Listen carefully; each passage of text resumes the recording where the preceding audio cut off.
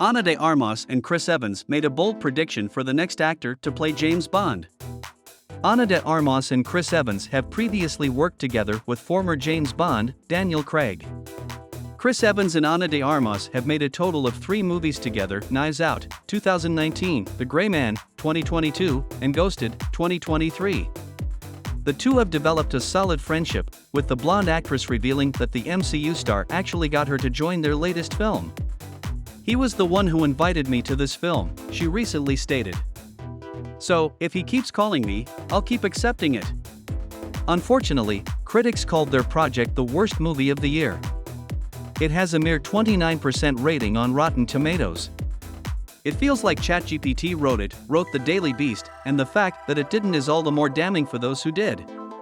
Still, like this fan tweeted, "Ghosted is by far the worst movie I've ever watched, lol, but I still love Chris Evans." Well, what's not to love? His leading lady said he was genuinely likable right off the bat, hence their chemistry on screen. Here's a closer look at their friendship, as well as their shared pick for the next James Bond. Why Chris Evans and Ana de Armas Ghosted is getting bad reviews. Despite the actors' self-proclaimed chemistry on screen, the lack of it was actually the most common complaint among the viewers. According to Rolling Stone's Marlo Stone, per Screen Rant, it's readily apparent that de Armas and Evans, charismatic and charming on their own, have next to no chemistry. Kevin Marr of The Times even cited the standard they failed to meet. For better examples of sexual chemistry in similar movies, see Brad Pitt and Angelina Jolie in Mr. and Mrs. Smith, he said.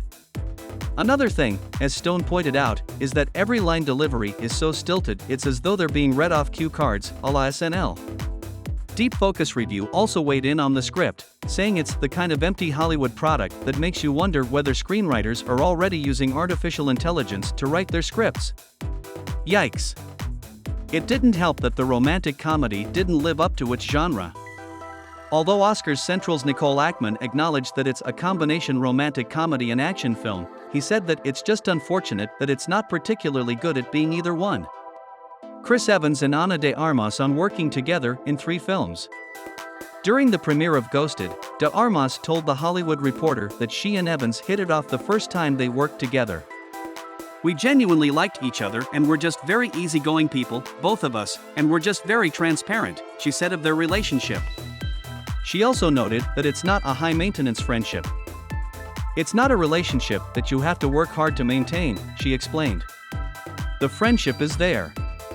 It's like chemistry on screen, it's there or it's not." That's exactly why she agreed to do Ghosted. "That's why I also wanted to do this movie, because that kind of dynamic," she continued, "we've never had on the screen, and I wanted to enjoy that with Chris, not only in real life, but also on film." The former Captain America echoed the sentiments, saying that they have a reliable connection. "Ana de Armas is an excellent friend and a dependable professional," he said of doing his 3rd film with the actress. "It always happens." Ana de Armas and Chris Evans agree that Paul Mescal should play James Bond. In one of their joint interviews while promoting Ghosted, de Armas and Evans shared their thoughts on the next James Bond. The two have notably worked together with 5x007 Daniel Craig on Knives Out. When Wired asked them about their pick, Evans joked, "I'll do it. But for de Armas, I think Paul Mescal should be the one." Despite Evans being a big Aaron Taylor Johnson guy, he agreed that Mescal would be great. The Deepwater star previously told EW, "There's no need for a female Bond," adding that there shouldn't be any need to steal someone else's character, to take over, as this is a novel, and it leads into this James Bond world and this fantasy of that universe where he's at. However, she clarified, "What I would like is that the female roles in the Bond films, even though Bond will continue to be a man, are brought to life in a different way. That they're given a more substantial part and recognition. That's what I think is more interesting than flipping things." Fair enough. Jolie once turned down a Bond girl role as she wanted to play Bond instead. She ended up doing Salt years later, making her the first blockbuster female action movie star, per Forbes, back in 2016. That's it for today's video. Make sure to subscribe to our channel for more videos like this.